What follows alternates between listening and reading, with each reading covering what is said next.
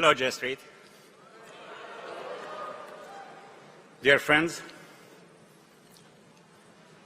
thanks for inviting me to address your distinguished conference. This is not a place for us to agree on everything. It would be strange if we actually did. However, the importance of this conference is that J-Street had created an open, respectful, and welcoming forum for the exchange of ideas.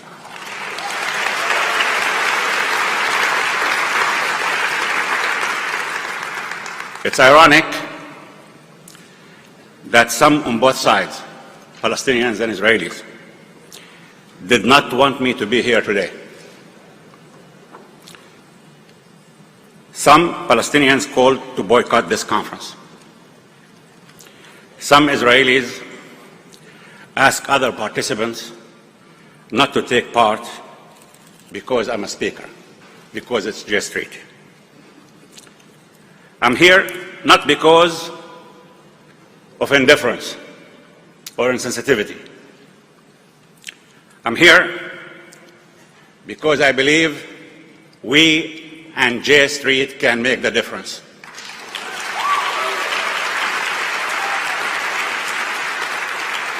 While we may disagree on some things, we agree on basic principles. Number one, the two-state solution on the 1967 borders is not a favor either to Palestinians or Israelis. Rather, it is a formula to achieve a just and lasting peace for us and for our future generations.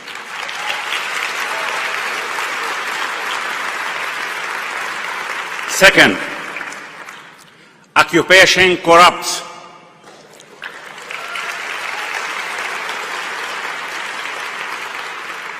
The real threat on Israel is the continuation of its occupation of the Palestinian people.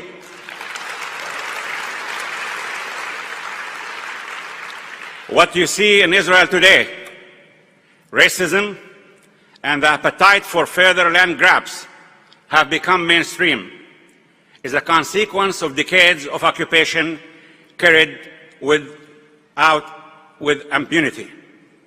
Third, settlements are not only obstacle to peace. Funding settlements is immoral, illegal, and most importantly, it denies the Palestinians' right to self-determination. I think we agree on this point. Without fulfilling the rights of the Palestinians, there will be no peace.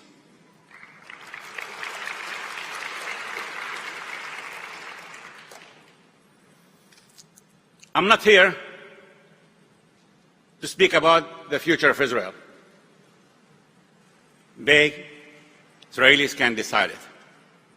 Nevertheless, it's not a secret that, as expressed by Yitzhak Rabin, without a future for Palestine, there is no future for Israel.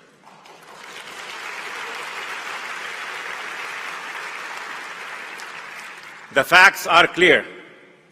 I believe that the reality we are facing today is a situation equivalent to apartheid.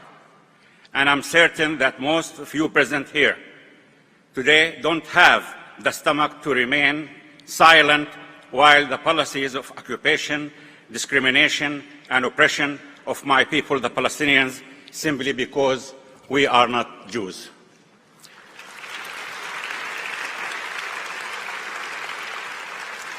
That is why I did not come here to lecture about figures.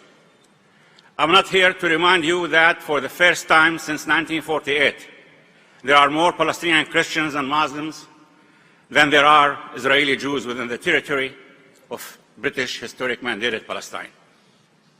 You know well that if we fail to achieve the two-state solution, the Palestinian people are not going to disappear. as some in the Israeli political establishment still dream. Nor there will be any Palestinian that will give up his right and accept permanent subjugation as this Trump administration wants.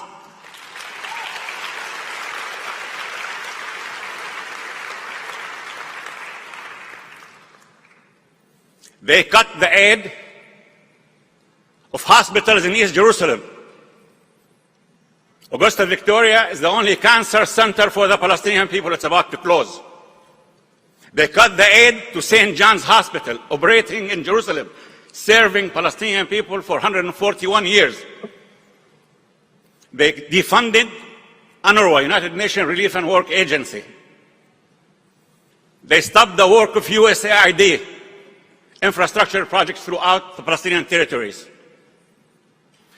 They closed the American consulate in East Jerusalem, a consulate that did a brilliant job in creating and improving and upgrading Palestinian-American relations since 1844, 475 years.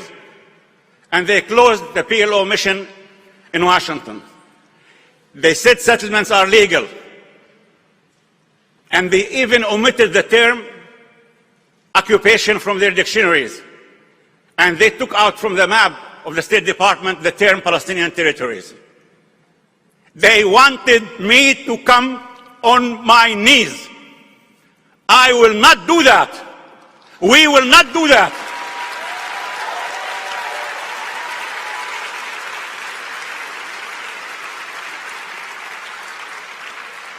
We will not do that. And at the same time, we will not give up on making real, genuine, lasting, comprehensive peace between Palestinians and Israelis. No one.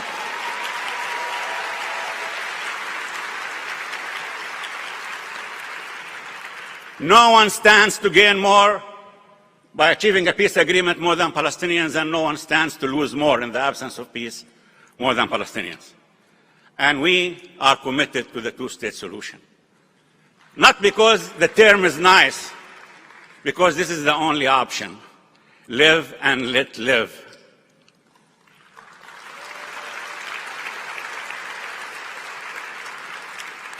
We are here to talk about peace.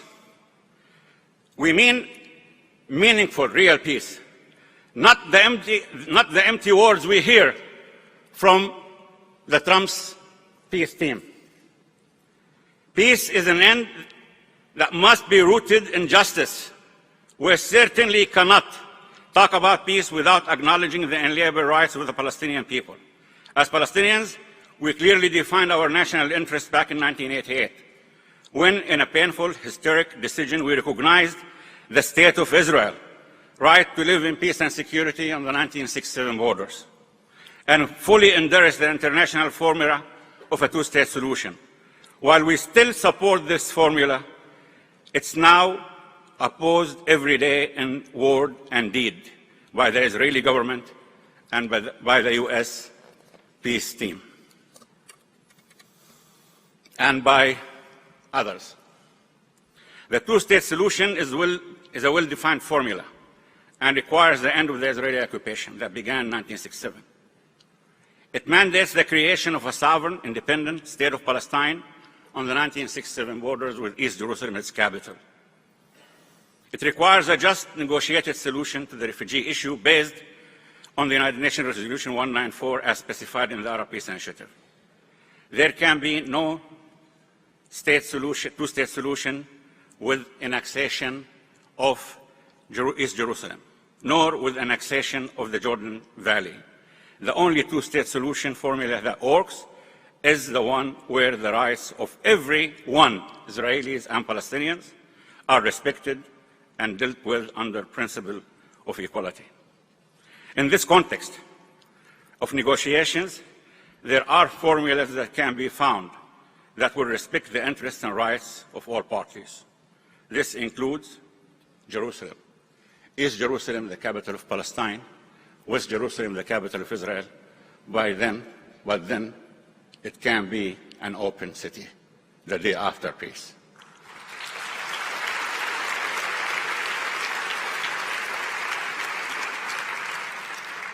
I heard many people questioning the possibility of the two-state solution. I heard many people questioning the possibility whether we can achieve peace on core issues: Jerusalem, border, settlement, refugees, security. It is all doable. It's doable. And if not this year, in 50 years, the only solution will be the state of Palestine with East Jerusalem's capital to live side by side in peace and security with the state of Israel. The difference? How many lives will be lost till we leave these people in this administration of the United States and the Netanyahu government experiment with the lives of our children and grandchildren? I personally don't see an alternative to a two-state solution. Yet, I'm not blind to the realities on the ground. I would love to tell you that the two-state solution will always be the option.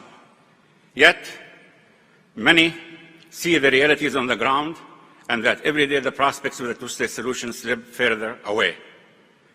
Israeli settlers in the West Bank have tripled since the beginning of the peace process. The infrastructure that has been built for them aims to make the process of occupation and settlements irreversible. Now, we hear calls for further annexation of the Jordan Valley and elsewhere, all to prevent the establishment of a Palestinian state. This will not happen.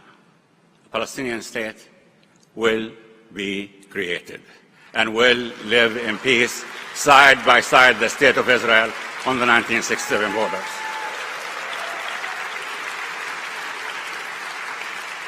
I do not think that the process is irreversible or unstoppable. It can be reserved, and it must be stopped. Ladies and gentlemen, it's up to us. It's not about being pessimists or optimists. Yesterday is gone. We cannot do anything about it. We can write about it in the history departments for universities. Tomorrow is what we decide. And as Palestinians, we want to live and let live. Israel next to the state, to Palestine, living side by side in peace and security on the 1967 borders. This is the only way for a future of Palestinians and Israelis.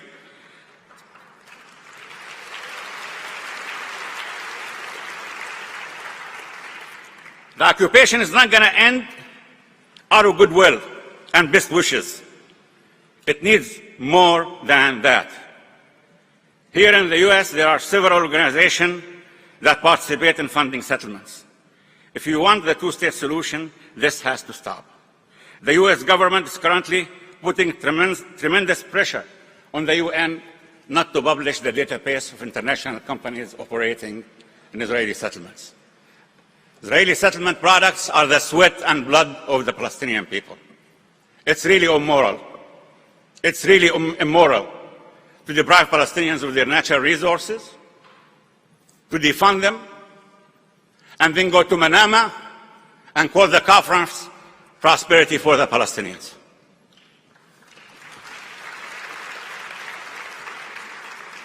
Netanyahu and the US administration peace team have defined being pro-Israel as being pro-occupation. There's a big difference between pro-Israel or being pro-Israeli occupation.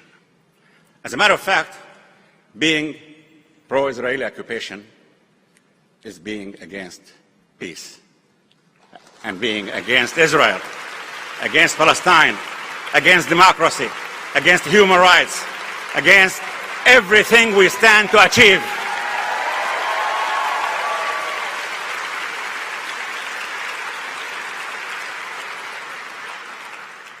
Ladies and gentlemen, we don't have a partner in the US administration. That's very unfortunate. We have nothing against the US. On the contrary, we have always had the best relations since the peace process began with the United States, various administrations. We may differ. I'm not denying that they were pro-Israel, but they were consistent, standing tall for the two-state solution. This administration wants to undermine the two-state solution. This administration is telling us either you accept and come to your knees, or you're going to suffer more and more and more. All right. We have not developed the techniques to stand guards on people's lips, especially president's lips. We have not developed the techniques to kill ideas with bullets. Those who want to defeat terrorism in the region must understand that this is a must. Terrorism and extremism must be defeated in my region.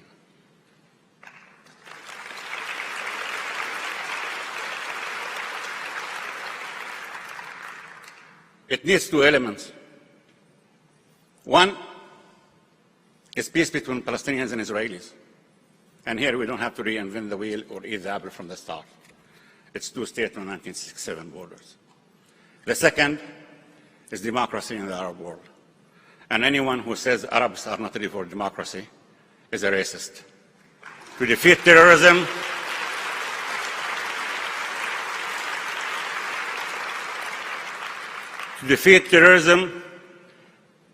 we have to have democracy, human rights, women's rights, accountability, transparency, and the rule of law. The absence of these elements in any society is the reason terrorism and extremism are created and flourishing. Democracy is a must.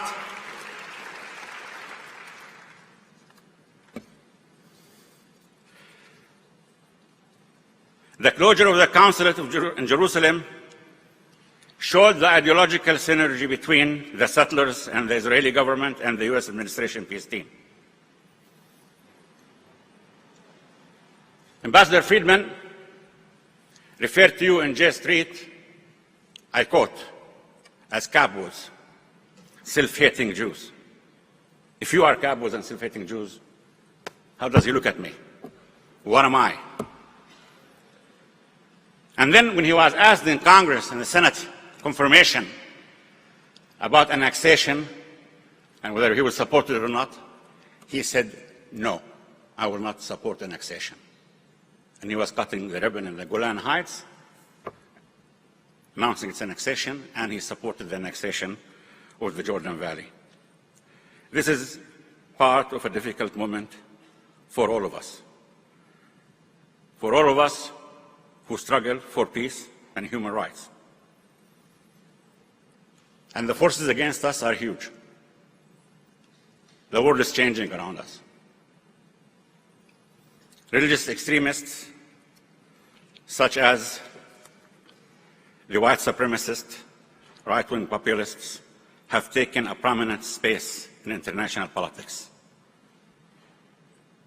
They want to undermine international law. They go against international consensus, and it tests the role of the United Nations. This has been the agenda of this US peace team, that of Benjamin Netanyahu and others. With those extremist views, we have also seen a rise in anti-Semitism. In the new definition of anti-Semitism, let me be very clear. Anti-Semitism is evil. Anti-occupation is noble. And those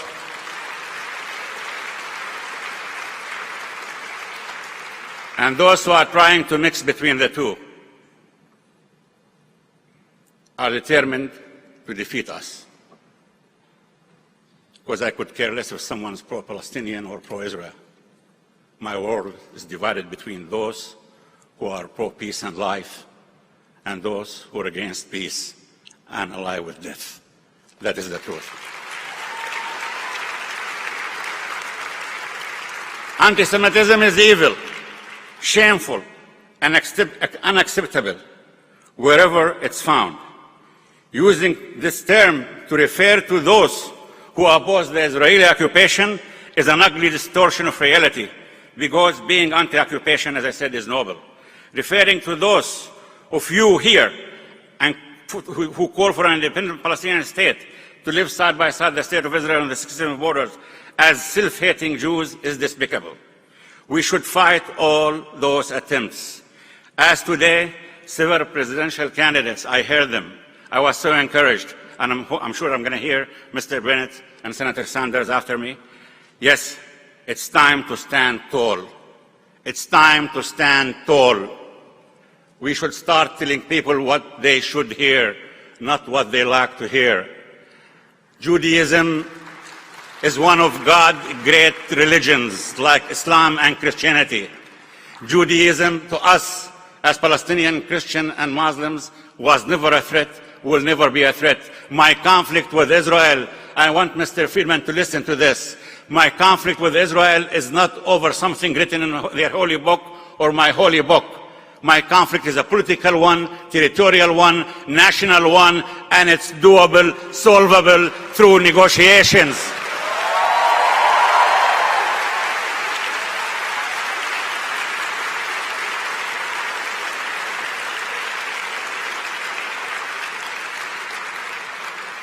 The God of the Jews and the Muslims and Christians is not a God that advocates conflicts and bloodshed and hatred and racism and apartheid. That's the truth. And we have many in our region who go to the places of worship not to worship God, but to use God. And using God in our region means bringing out thugs and criminals and murderers, regardless of their names, religion, or anything. Those people who take innocent people's life just simply because they don't follow us. Those are criminals and thugs. That's what ISIS is all about. I hear some Western intellectuals refer to them as extremist Muslims. These are thugs and criminals and murderers. And we should stand tall to find all extremists. Because when I say the real threat on Israel is Israel's occupation, I say the real threat on Arabs are Arabs. 80% of our population are less than 30 years of age. 58% of them are less than 20 years of age. This is the time to revisit our educational structure, economic, jobs, freedoms, women's rights, human rights. My mother happens to be a woman. I have twin daughters who are so professional. One is an eye surgeon and the second one is a university professor. I will not allow any forces to subjugate them to rules alien to religion, social factors, advancement, simply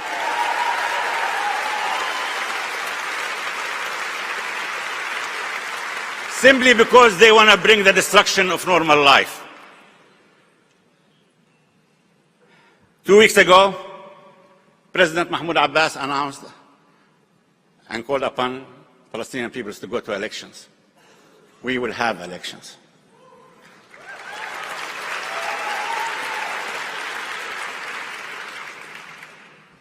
Yes, we will have elections, and we're doing everything humanly possible in order to have presidential and legislative elections that all Palestinian political parties and all Palestinians who don't belong to political parties, as I heard the young youth today speaking in your conference. Everybody has the right to take part in these elections. And yes, also they have the right not to participate in these elections. But nobody has the right to veto this election. With Hamas, we differ, and we differ a great deal. But they have to understand that when we differ, it's ballots and not bullets.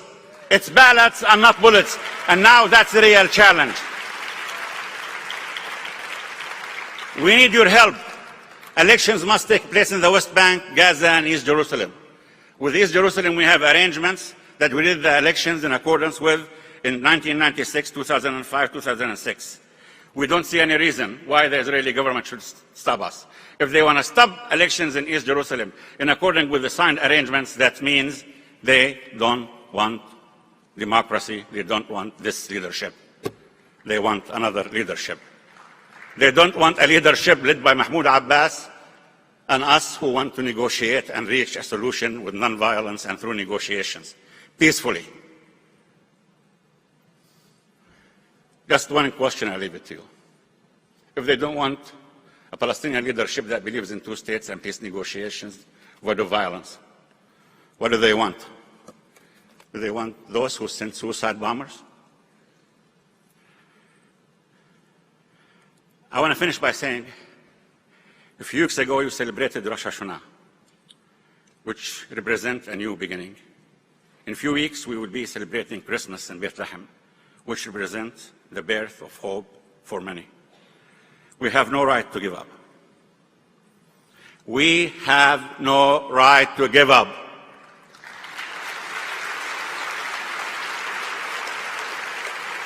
It's not personal. It's not you thinking whether it's doable or not doable.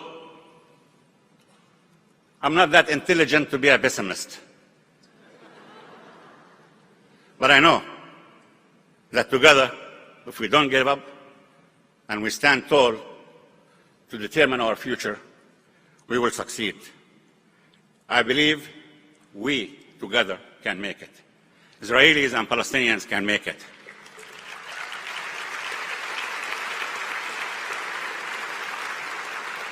And through this podium, I would address the Palestinian people. Don't despair. You're not alone. Look at these people. Look at the international community as a whole. In the European Union, the African Union, non-aligned movement, Islamic countries, Arab countries, Latin America, and the Caribbean. Everyone on earth, except for the Trump administration and the island of Nauru. With all due respect. The occupation will end. We will have an independent Palestinian state with East Jerusalem its capital, to live side by side in peace and security with the State of Israel on the 1967 borders. This is not an injection of hope. This is not optimism. This is the most needed thing for Palestinians and Israelis. There will be no future for us without the two-state solution.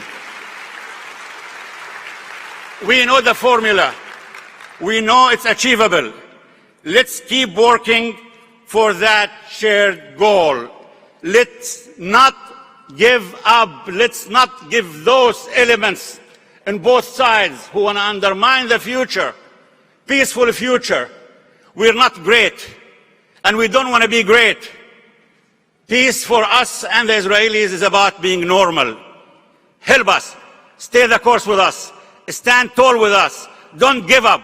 And we together shall make it. Thank you very much.